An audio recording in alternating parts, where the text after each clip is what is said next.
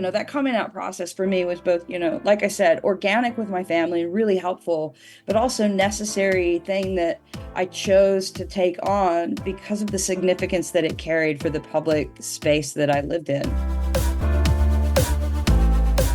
I'm Sarah Cunningham, pronouns are she, her, founder of Free Mom Hugs. And I'm Katrina Cobb, my pronouns are she, her, and I'm the program director and social media manager for Free Mom Hugs. And we are proud to be a part of the mission and the movement that is keeping queer kids alive.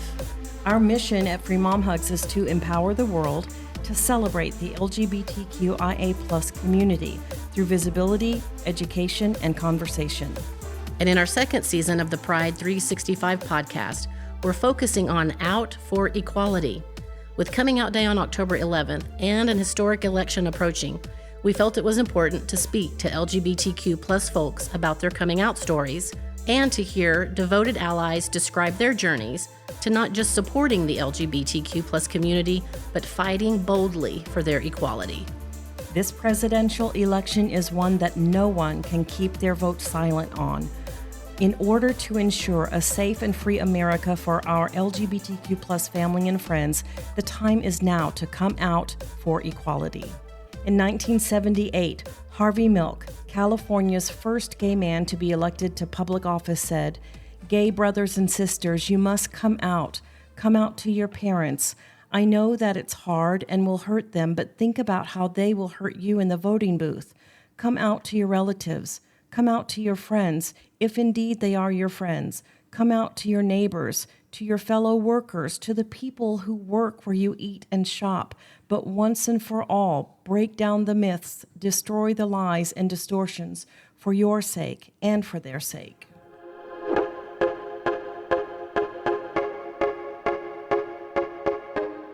Sarah, are you fangirling a little bit right now?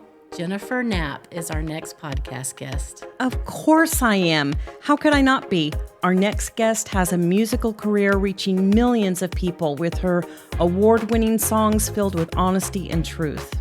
And she's also known for her bravery, coming out as gay in the Christian music culture. Her journey of reinventing herself artistically while being completely authentic personally is inspirational, to say the least. With Coming Out Day this month, I can't think of anyone better to talk to.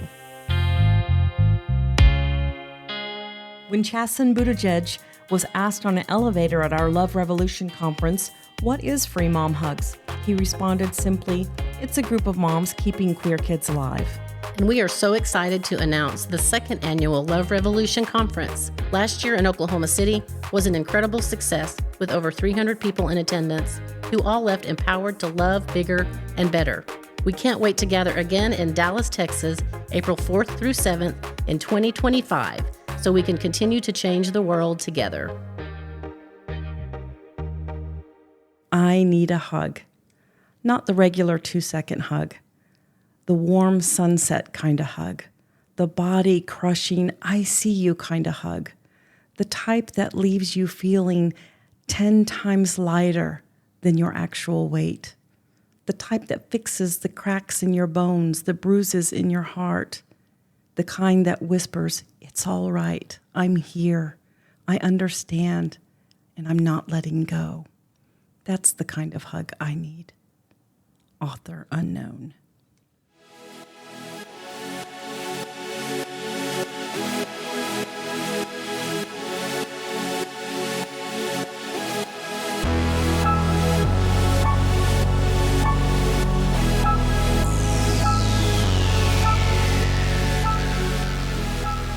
What I love about Jennifer Knapp and the way she shares her story, she's so transparent. Everything's like before, during, and after. You know, one of the things that we hear a lot in the life of Free Mom Hugs is individuals who are just coming out of the closet and they're looking for people who have made that journey and who have thrived. Maybe they find love, living authentically, and that's what makes stories like Jennifer's, like yours, Katrina's, so important, because individuals who are just coming out can look at you and your life and think, I can make it. I can have this and be happy. Yeah, that's why it's so important for LGBTQ people, adults, to be out, to come out, because Kids need to see LGBTQ people survive and thrive and find love, and be happy. And I think that's something that you have seen in your life as a mom, and we see all the time, is that when people do come out, there's a weight lifted and there's a new joy and a new happiness, and you kind of begin to even understand heaviness that you might have seen before.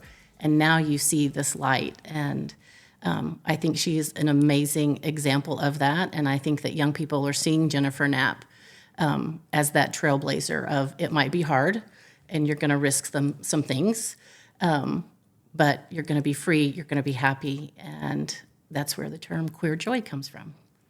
And would you say it's worth it? It's worth it. It's worth it. I wouldn't go back in for $1 million. Yeah, she's the perfect choice to have as a guest at this season.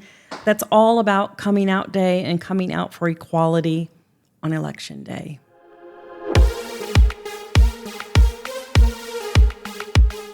What's good on social media these days? Free mom hugs. Follow us on Facebook and Instagram. And hey, we got a YouTube channel with all our videos and educational panels. And our website is full of valuable information and resources to help you on your journey. You can also find ways to get involved, donate, and purchase your authentic Free Mom Hugs merchandise. We refer to our OG shirts as the billboard of our mission. When people see someone in a Free Mom Hug shirt, they instantly know that person is a safe and supportive ally. And with every purchase, the funds go directly back into the organization so we can continue on the mission to create visibility, education, and conversation. Go to freemomhugs.org today.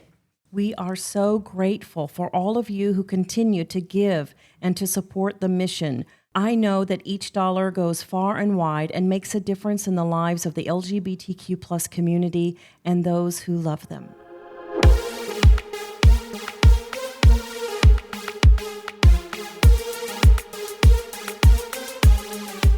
I'm Sarah, and joining us today remotely from Nashville, Tennessee is Jennifer Knapp.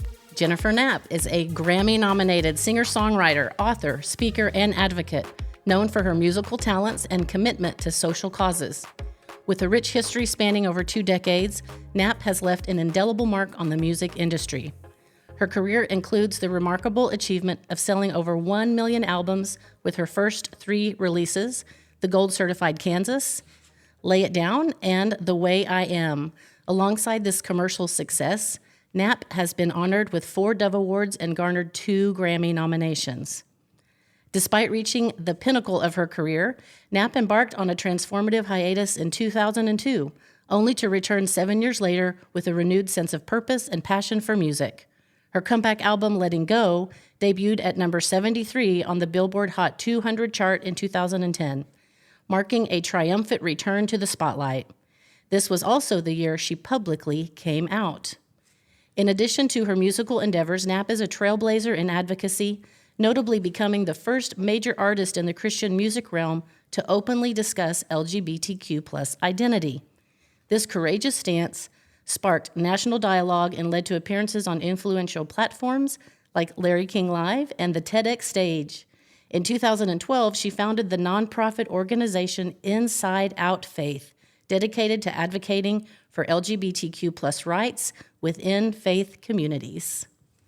I mean, Yeah. Jennifer, we're theming this season of our podcast. Out for equality. I knew it was out for equality. Yes. I wanna say, but it's geared around National Coming Out Day. And here we are, and I can't think of a better person to be talking to today because I've known you before, during, and after this journey. And first of all, I need to say I'm so proud and impressed with everything that you've accomplished, and you're just a phoenix out of the fire. But we're focusing on National Coming Out Day and coming out for equality. You wrote a blog in 2014 regarding your own coming out. You want to share a little bit about that? Yeah, I mean, one of the things that when we get into the zone of kind of talking about coming out, and in particular the way that I ended up kind of having to do it, which is, via a massive media blast, that is so I mean, it's borderline ridiculous in some sense. Like, how many of us really in our lives have an opportunity or the necessity actually to put on billboards and tell the whole world, through a media release, hey, this is my sexual preference. I mean, that is Right. just the weirdest thing. But for me in particular, like in my private life, like you had mentioned that I'd spent time, that I'd walked away from music and I wasn't kind of living in the public sphere. And so like for 6 or 7 years, I had a time to build up my relationship with my partner. I knew who I was, my fam, I didn't really have, like with my family, I didn't have like this massive coming out kind of thing. It was just it was kind of just really organic. My mom noticed that I was dating my partner, and she's like, "Oh, is that a woman that you're dating? Because you're not using a lot of pronouns that are giving me a lot of clues." And I said, "Yeah, this is going on. This is happening. I think I've met somebody who's really going to be significant in my life." And that was kind of it, and that kind of surprised me a little bit. I'm from Kansas. I'm kind of from a blue collar family. There weren't a lot of gays running around my small town that, with a lot of like sequins and anything, or like pride festivals. We just didn't kind of have that option, which is, kind of sidebar. One of the things I think that took me so long to kind of I call myself a late bloomer. I was in my late 20s when I came out. But yeah, but for when I came out publicly in 2010, it was more of a necessity, because here I had this life that, by other accounts was just like a normal life. Everyone around me, knew my partner. I wasn't living in the closet in any particular way. And then, it just in day-to-day life. And then I come to do music, and particularly with my history being known as this Christian music artist, kind of being understood in, whatever the world saw or understood me as Jennifer Knapp when you said that name, there was this anticipation, I think, that one, that I was going to come back and do music and just absolutely embrace the Christian music that I'd been doing, which wasn't what I was going to do. Secondly, the fact that I'd come back to Nashville, where a lot of people knew who I was and what I was doing, and was assuming this Christian thing about me. And also, like, all these rumors were kind of spreading around. Well, they weren't rumors. I was walking down the street with my wife, with someone who would be my wife. We were going out to eat. We were very visible. So that there wasn't any hiding about it. But then, like, the Christian thing kind of came in, and people were extremely concerned. I say with, like this, hand on the chest, freaking out that I was just walking around in public, just being so gay, I guess. And I realized that it was going to be like, it just felt like it was something I needed to do, because on one hand, if I didn't acknowledge it publicly, it started to push into this thing where I was very aware that my Christian community would consider this like being in the closet, by not acknowledging the fact that this known Christian was willing to say out loud, yes, I'm gay.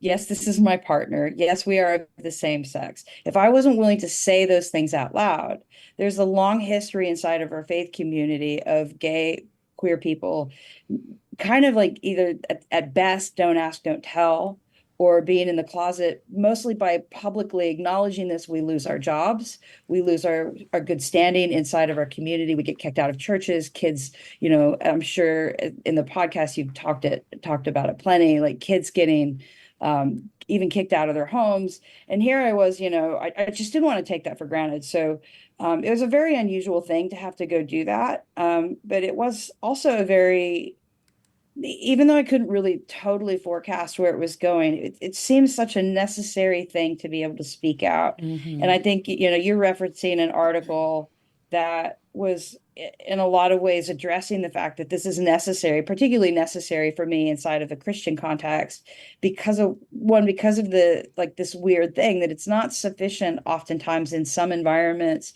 to just simply be you, but to have to actually verbally state and be very clear verbally about what who you are, and to talk openly about LGBTQ stuff. I think particularly, inside a faith community where I've known gay people, but the more public in my lifetime, like prior, I think, to even the times that we're experiencing now, I think part of the history is that you could have uh, queer people in your space, but as long as they didn't talk about it, we could kind of move on and move around it. And our world isn't like that anymore. I mean, we've got serious, I mean, people are, we have meaningful relationships, marriages, families, things that require us to really actually intimately connect. And I don't mean like sexually connect. I mean, get to know one another, talk about the real issues that are involved in this. And it's not just inside of our faith communities. I mean, the kinds of prejudices that we've had to overcome inside the LGBTQ plus community, the kind of reality that means to be marginalized or different in this, really necessitates and again, this is kind of like the article that you pulled out from the Harvey Milk comment. If you can come out, you must, because part of that visibility is the opportunity that we have to see in a marginalized or a less um, statistically significant way to be able to see the significant people inside of our community.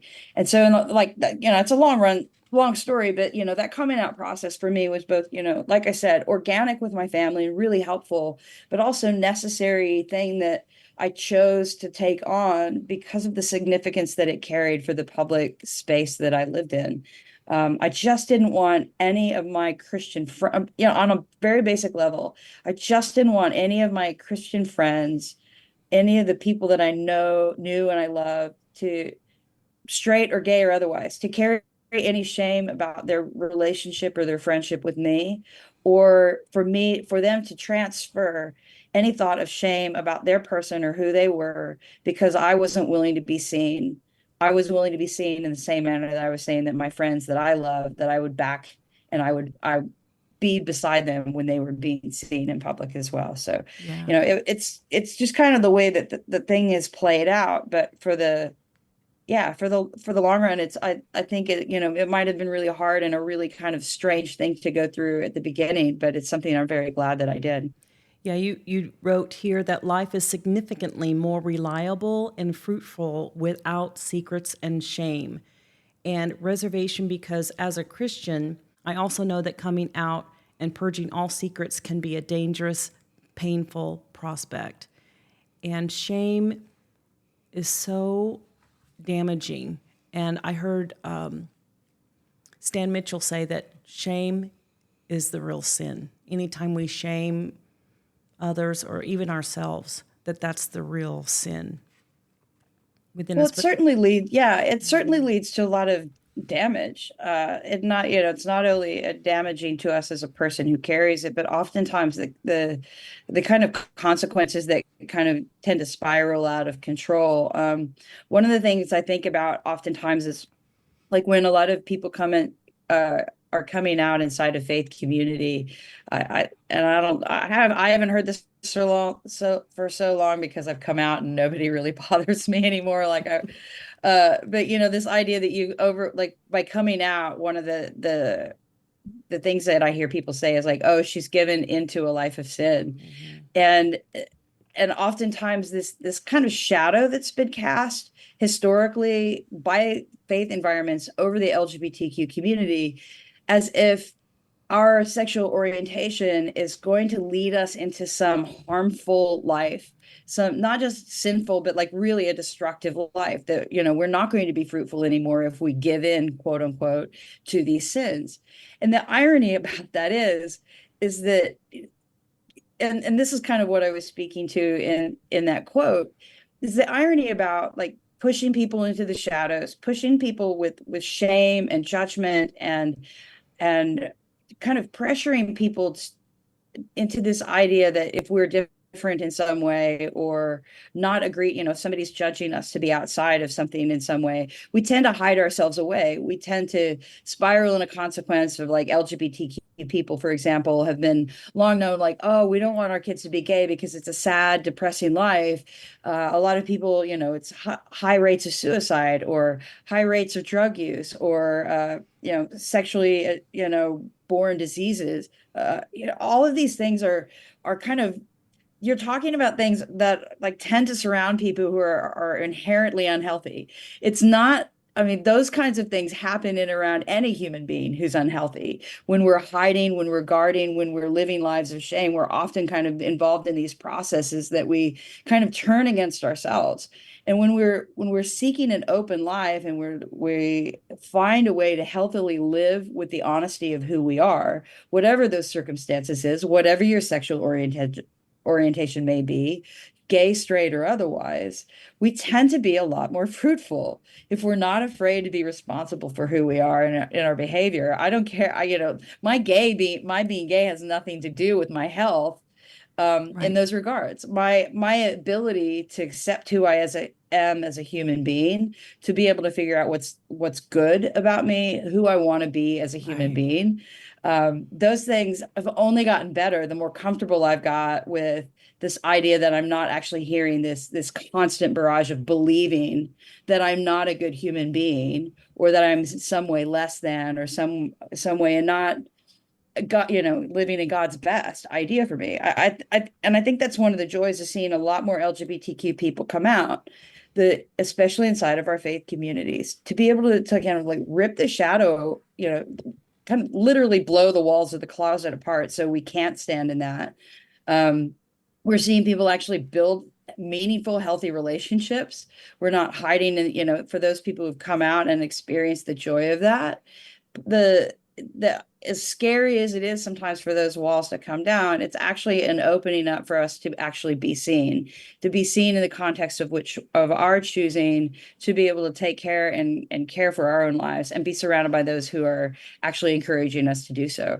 I mean, it's only been a blessing in my life, truly and honestly, to be able to go, I'm very happy to be seen as who I am, to be nurturing the loving relationships, seeking out other people in my life that support those loving relationships, who are, both my family and, our chosen families that we kind of pick up along the way. So that the irony is, like, all these kinds of dark things that faith communities sometimes tries to put a cloche over, put a covering over, so that we don't see our LGBT community, for me, has actually turned out to be one of the most devastating things. I mean, that does actually turn into the darkness. That does actually turn into the things that manifest, that create really destructive patterns and trauma and shame and all that kind of stuff.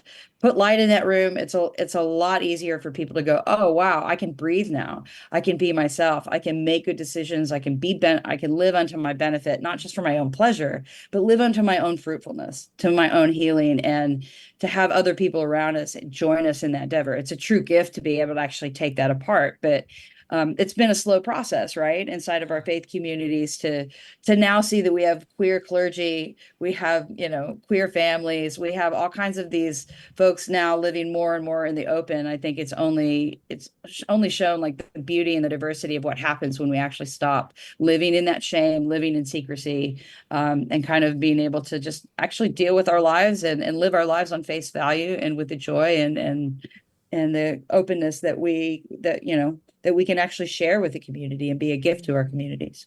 Sarah and I have been talking this past week, knowing that we were going to get to visit with you, and our favorite song together is Fallen, for lovely different reasons. Her as a mom and me as a member of the community, but both with Christian backgrounds. Katrina puts a lot of the script together, the outline. And as I was reading through over the last couple of days, I had no idea that was one of her favorite songs. And I had already planned to talk about it. And then she put it in the script where she wanted to talk about it. So, yep. I mean, that's how, number one, we're such deep fans. But this song in particular, I don't know why, but it's just beautiful and it resonates so deeply. Yes. Well, and here's my favorite part. I lift you up like a loving cup.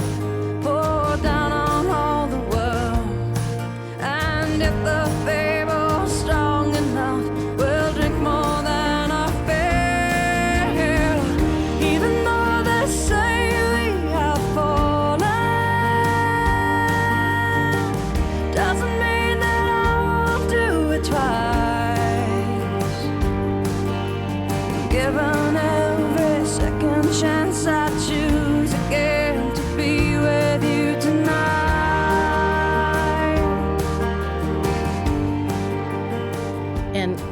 is when you talk about getting rid of shame, that is, even if the people are telling you you're going to go to hell, being authentic, being fruitful, feeling love, is worth it. And I think that you have conveyed that so beautifully in the power of coming out, the need to come out. Like when you have to do it, you have to do it. When it's in your body that it's time, it's time. And the element of you also can't go back. Once you have experienced this, you can't go back in the closet. Once you've been free, once you've loved, you can't backspace it. Yeah, I know that I remember the first performance. Whenever I hear that song and I kind of talk about that song, I remember one of the first times I performed it live and just how terrified I was actually to sing it out loud.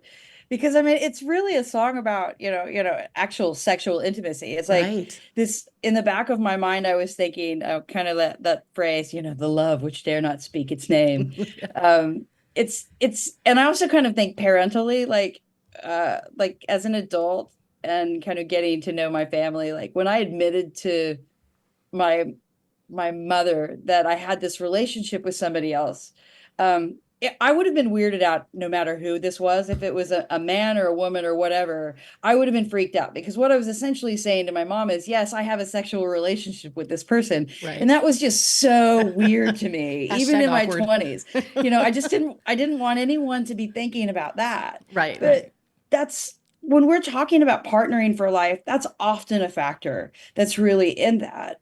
And second, when I think about that song, I thought it was like so overwhelmingly gay. And as time's gone on, I realized it doesn't say anything about that at all. I am. Right. So it feels like a very gay song to me, like that I'm writing a song about somebody else. But it kind of goes back to this thing where there's such this concern inside of my faith. And this song was one that I wrote to my faith community, to be for certain. There's such a shame in and around sanctioned and unsanctioned intimate relationships, sexual relationships, that, such a standard of purity that really invades a lot of people's private lives in such a way that like only measures it by like skin touching skin. And it doesn't actually value the care and concern that intimacy, when we have good, meaningful, healthy, intimate relationships, to not be shamed in that and not be carrying around the shames that it's other things just because they're not meeting. Maybe you didn't get married before you found that relationship. Maybe you didn't, maybe the conventions were a little bit different. Maybe your body parts aren't matching up in the way that everybody else thinks that they ought to match up. It took so much courage to say, I know that you disagree with me, but this relationship, this is such a meaningful place for me to be. I cannot walk away from it. I am going to do this again. I'm going to do this again and again and again and again. And it's not about pleasure. It is about giving, and it's not about desire. It's about willfully putting your hand up and saying, I am choosing this relationship. I am choosing to be invested and present. I am not using someone. I am not trying to just seek some momentary thing. I am opening my heart up, and I will do that knowing that you are all watching.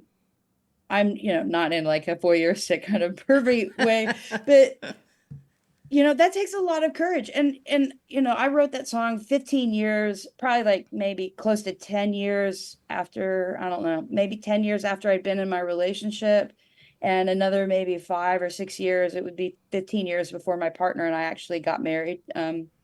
We were a few years behind Doma, but we've been together over 20 years. And as I like to say, I love the hell out of her still. And the best decision I ever made was saying, I'm scared of what people are going to say about this relationship. And yet following my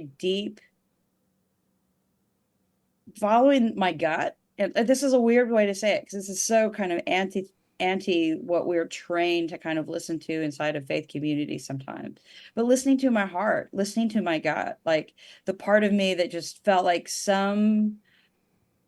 like I just remember one of the first weekends we spent apart after we had been together, and she was getting ready to take a trip, and I was just like, I knew that this was somebody for me because I just didn't want them to go away.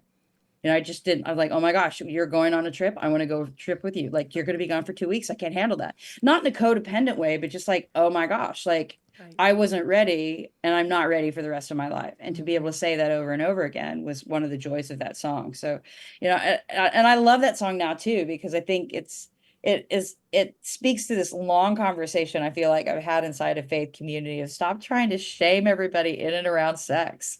I mean, the partners that we choose are incredibly important to us. We're allowing them into an intimate space that only really one, depending if you're, for most of us, only one person gets the privilege of that space. And to be able to have the courage to allow somebody to be in that space is a really beautiful thing.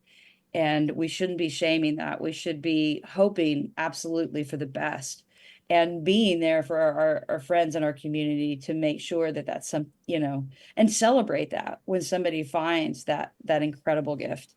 So, I mean, like this is a tender song, but it's also a little bit of like, it takes a lot of courage for me to sing that in public for the first time, to say, yeah, I choose this. And I realize it's not everyone's cup of tea. And I realize I'm going to lose friends over this, but also I think I'm opening the door up to a whole and a meaningful and a deeply beautiful life.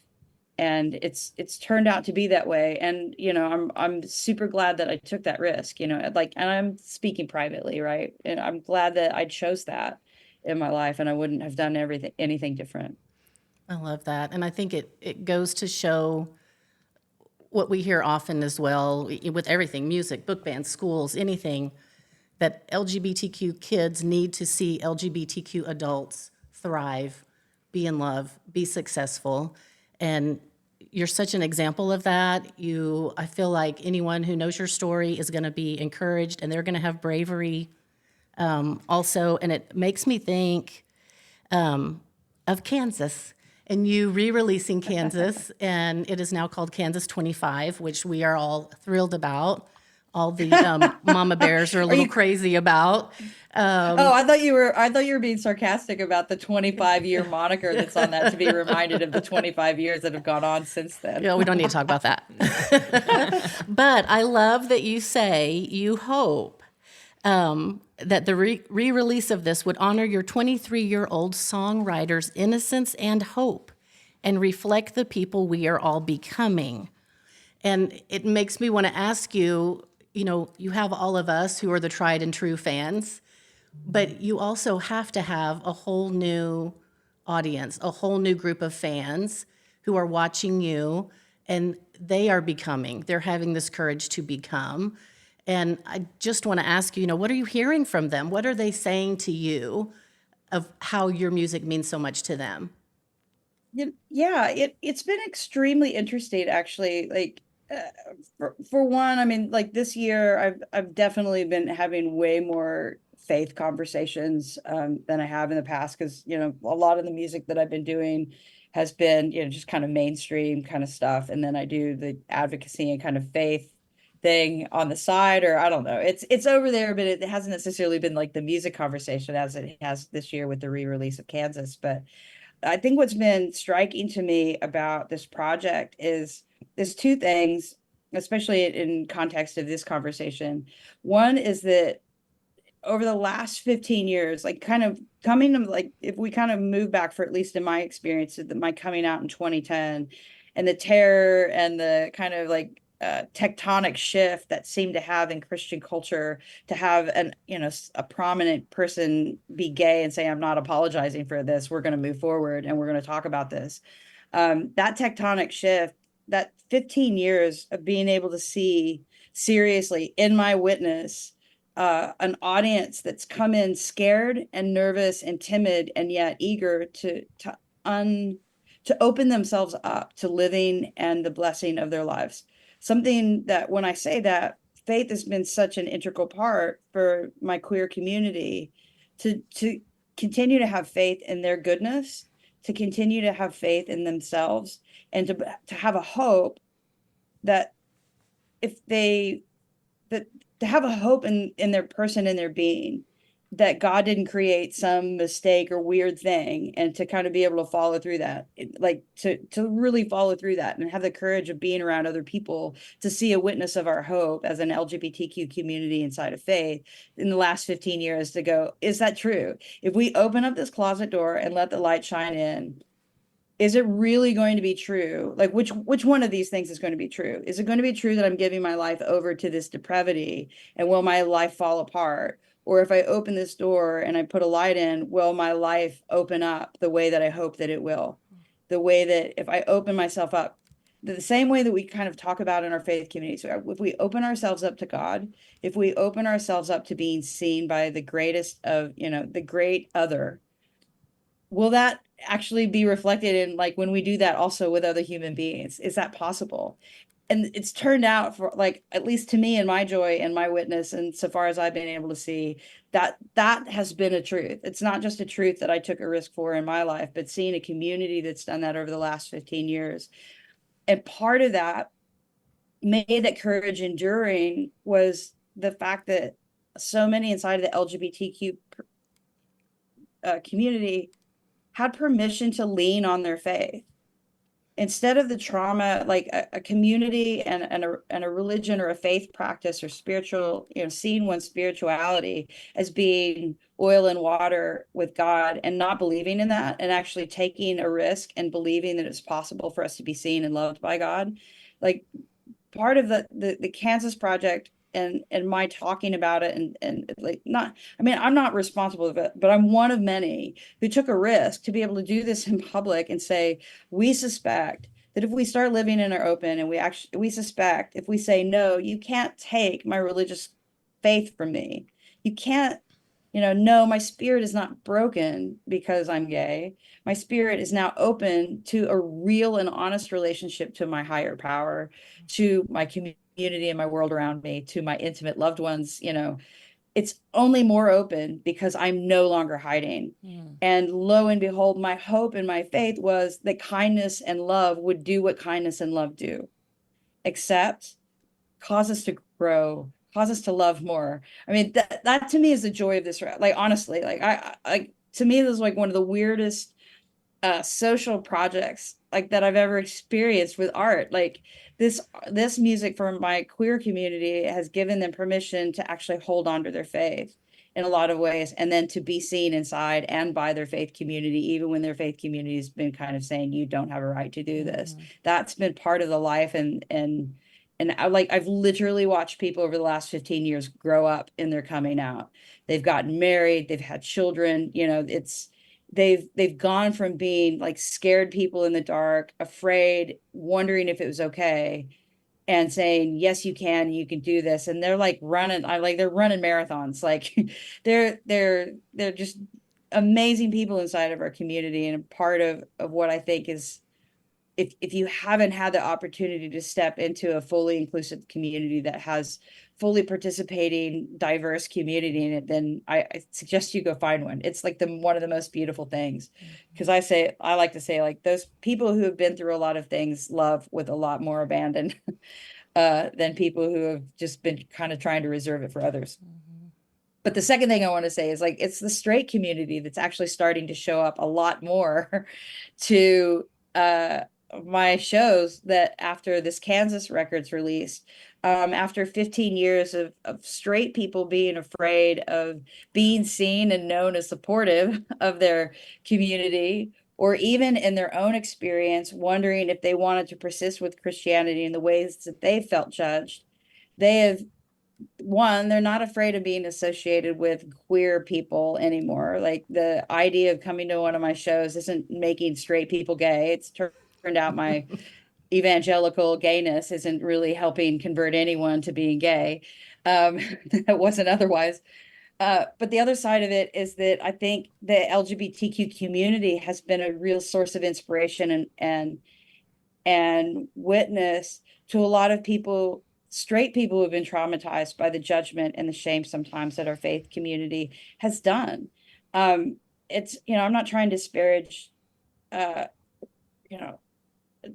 Christian evangelicalism necessarily at all, because there are incredibly vibrant, meaningful communities out there.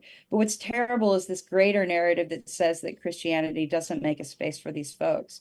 And so I think it's been encouraging to me, especially this last year with the release of Kansas 25, there's a lot more straight people actually giving themselves permission to be who they are and to accept who they are and their faith. And they're coming into a room for people who've been doing it for a good 15 years before they got there. So it's been kind of the irony that I feel like the weird thing is like LGBTQ, the LGBTQ plus community that's showing up in and around sometimes my concerts are actually there to nurture some people who are just now kind of figuring out how they're going to keep their faith inside of some of the ways that they felt marginalized or left outside. So they've got a lot of people who practice that, and it makes me happy that it's a queer community doing it. I love that. That makes me think of the phrase that's going around now called queer joy.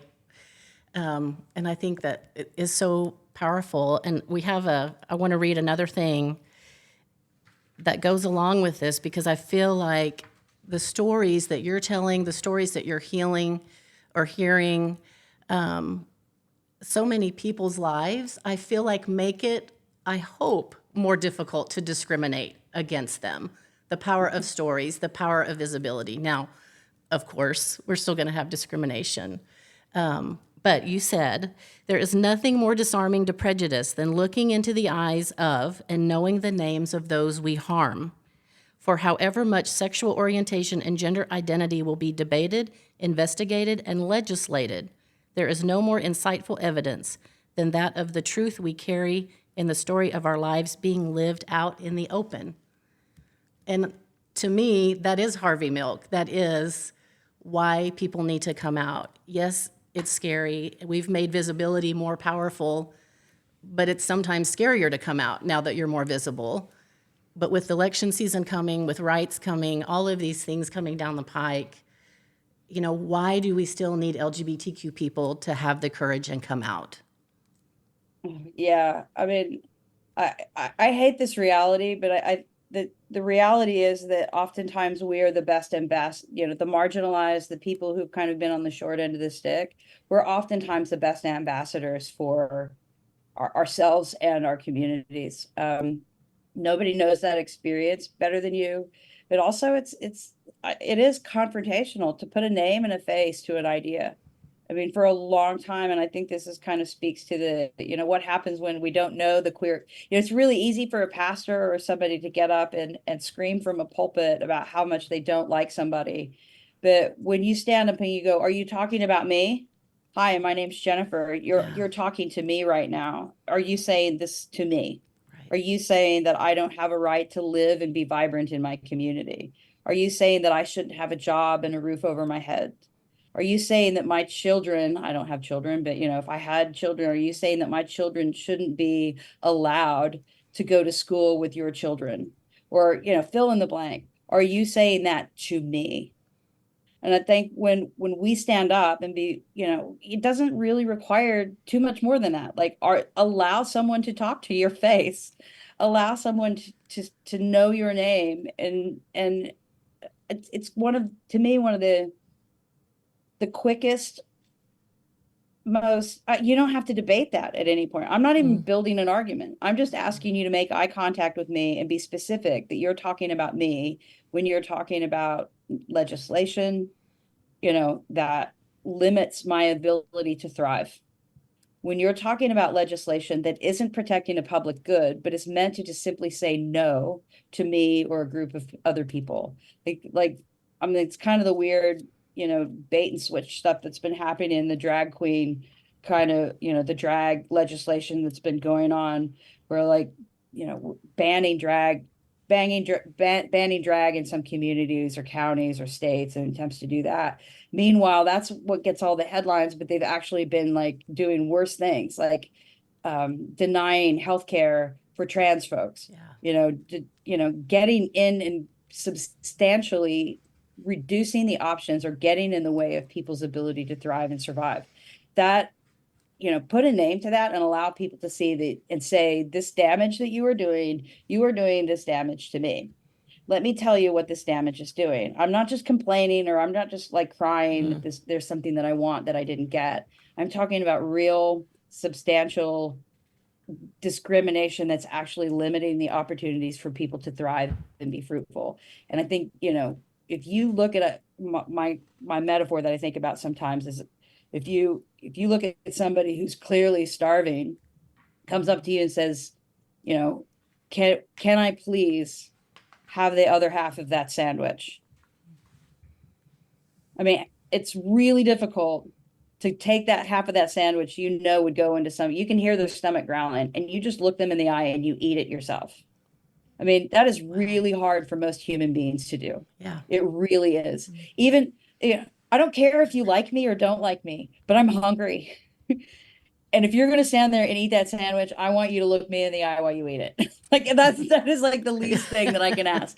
And I mean, I've just never, it's not the easiest thing in the world to do. It doesn't fix all the problems. I don't want to be naive about that, but our visibility really does matter. And, and I say that when we talk about visibility, I do think it's really important to mention that if we're not in a safe place, we may not, if you're not the person if you're not in a space where that's a healthy action to do, that is by far not an easy thing to do, to stand up and say, this is my name. These are my eyes. Please look into my eyes. Please look into my eyes while you say that. Like, not everybody can do that. But if you can do that, like, free mom hugs are great that way. I mean, you guys are like in physical contact with other human beings. It is putting yourself there in one way or another to be seen. And that oftentimes allows not just the people that you're being an ambassador to, or like, encouraging to, share their sandwich, but it allows other people for you to do that for, because not everybody can do that. Not everybody has the capacity to do that. For those of us who can do that, we do that willingly, knowing that slowly but surely we can guard the names of those, we can guard the names of our community whose names you may not know. We stand there in the gap for those names who may not be known or seen right now. But that coming out is really hard to do. And it's, putting ourselves in a space where we're seen and visible really does make a difference, both to, giving people inside of our own, giving us an opportunity to see a mirror or a version of ourselves that's possible in public. When that person that you see is visible, you need to see a version of yourself out there. And it's also really important for those people who think that you don't exist, that they can just talk about the idea of you without actually seeing the consequence of what they're talking about being acted out in your life. That's so good. Yeah, Jennifer, you've experienced so much in your life, and you write about such profound emotions and things like this. But what, at the end of the day, brings you hope? I've talked a lot today. I honestly, it's love. I always feel kind of a little bit cheesy when I say it, but love does really predictable things. I mean, deep, meaningful love. And I don't mean like Jesus love or like Christian love or whatever love. Like, it's to me, it's almost like the law of gravity. If you put if you put compassion into someone, if you take time to see the person sitting across from you, if you care about the person sitting across from you and witnessing them flower into a full life, to be gifted at something and to celebrate with them that gift and to enjoy the gifts of them, to be able to hold someone when they cry. These are all the things that love does. It's an incredible thing to be able to figure out what love is. I don't like, it's such a weird word because it means so many things. And I think that's why, as a writer, it's a very compelling place for me to write, because I like to write I like to write about the sunny side of the rock and the dark side of it. But love has an amazing ability to be able to sustain us through and connect us to other human beings, and to be able to learn what that is. And because it takes learning, we have to practice it. We have to choose it. It's not just desire. It's not just touchy-feely, shishi-frou-frou, curly handwritings and hearts and Valentines. It's changing somebody's, diaper. It's holding somebody's hand as they as they breathe their last breath. It's giving your last dollar, and it's also asking for one. But all of those things in there we have to live out. And that's, to me, that's not uniquely Christian. It is not uniquely queer. It is not uniquely straight. It is something that is an opportunity that us as humans have. And that's really what gives me hope. I am Sally Lou Freebrush, just wishing for world peace at the end of the day, and just trying to get, no matter what I do, to go out and try and approach my world that way, and approach the people that I meet that way, no matter who they are, where they come from. And it's a real challenge, because I find from time to time I have my own judgments. I have my own prejudices. And then I remember what I've experienced in the hand of that, in the days that I've needed love the most, and when I've gotten it, and how life-changing that has been. So it's my hope in knowing a little bit of that I can pass a little bit of that along. Thank you, Jennifer. Yeah, so simple and so true. Well, thank you so much for being with us, and we can't wait for new fans to arrive, and we can't wait to see you at whatever is next. Well, I can't wait for my next free mom hug. That's right. We got it waiting for you right here. I like a few sandwiches every once in a while, too. Free mom sandwich. You got it. We can handle You it. might be onto a new program there. I like it. Yeah. Thank you, Jennifer. It's been my pleasure.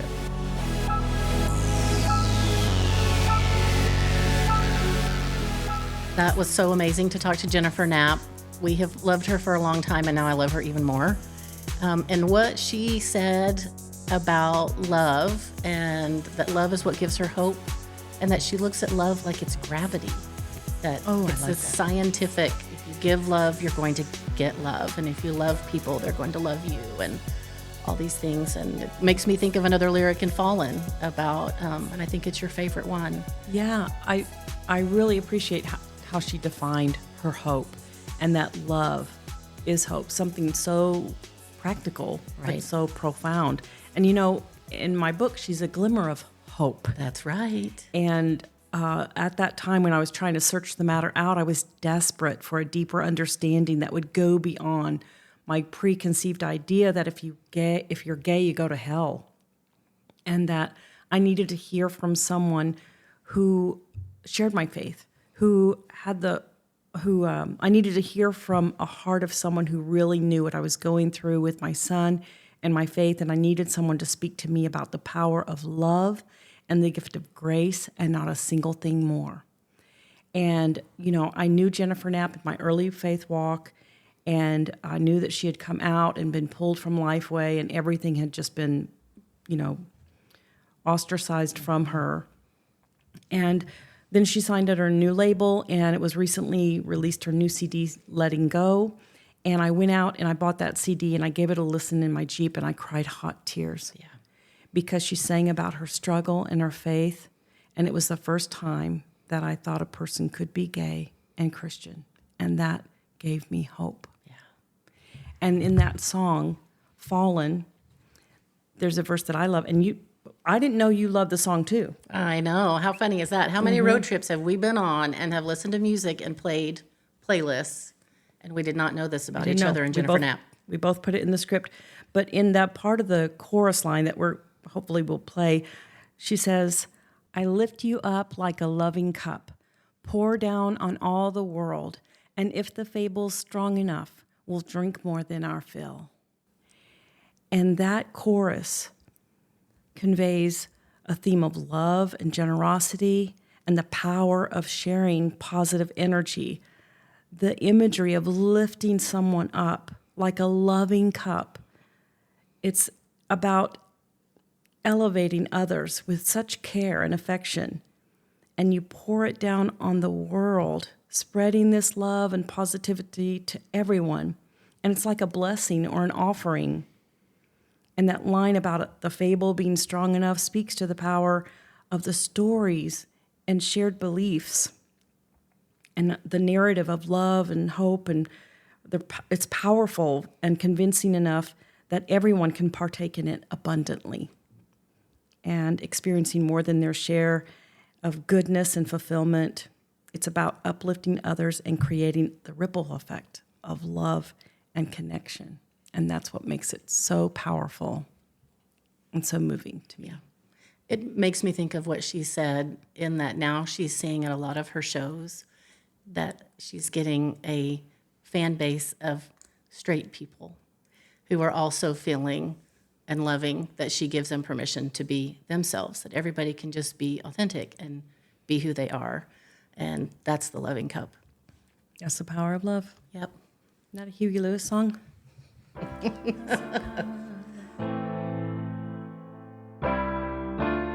Here's some snail mail that's shared with permission. The writer writes, "My dad rarely ever hugged me. The father-daughter dance at my wedding was awkward AF because touching each other was so foreign. I went to a Free Mom Hugs Pride event, and I stood at the booth and I saw a dad. His name is Rich, and he offered me a hug. He took me into his arms, wrapped them around me tightly, and I immediately burst into tears. I did not expect that. He said, 'I love you. I'm proud of you. You're special. Never change.' And I sobbed in his arms because my biological father never said anything like that to me, including that he loved me. It's been 2 days and I still can't think about it without being overcome with emotion. I got something I always needed that my father was unable to provide."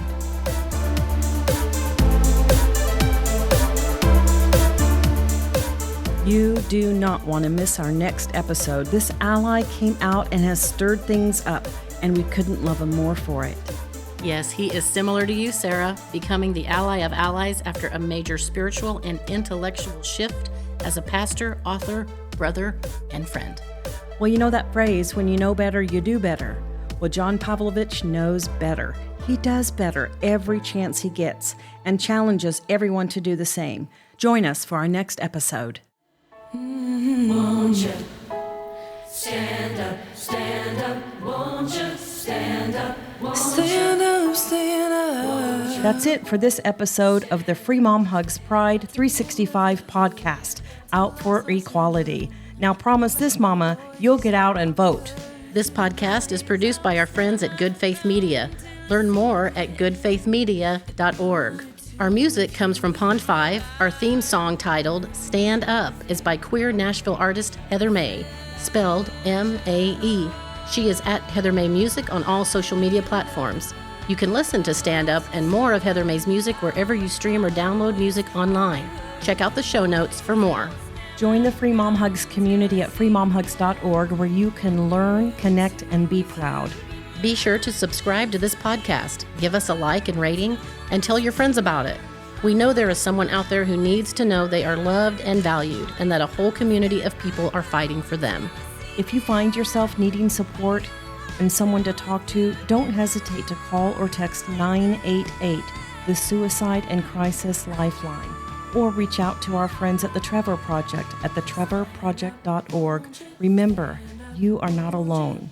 Now stop what you're doing and let someone know that you love them, even if it's yourself. Won't you stand up, won't you, won't you stand up, won't you stand up, won't you, won't you stand up, won't you stand up, won't you, won't you.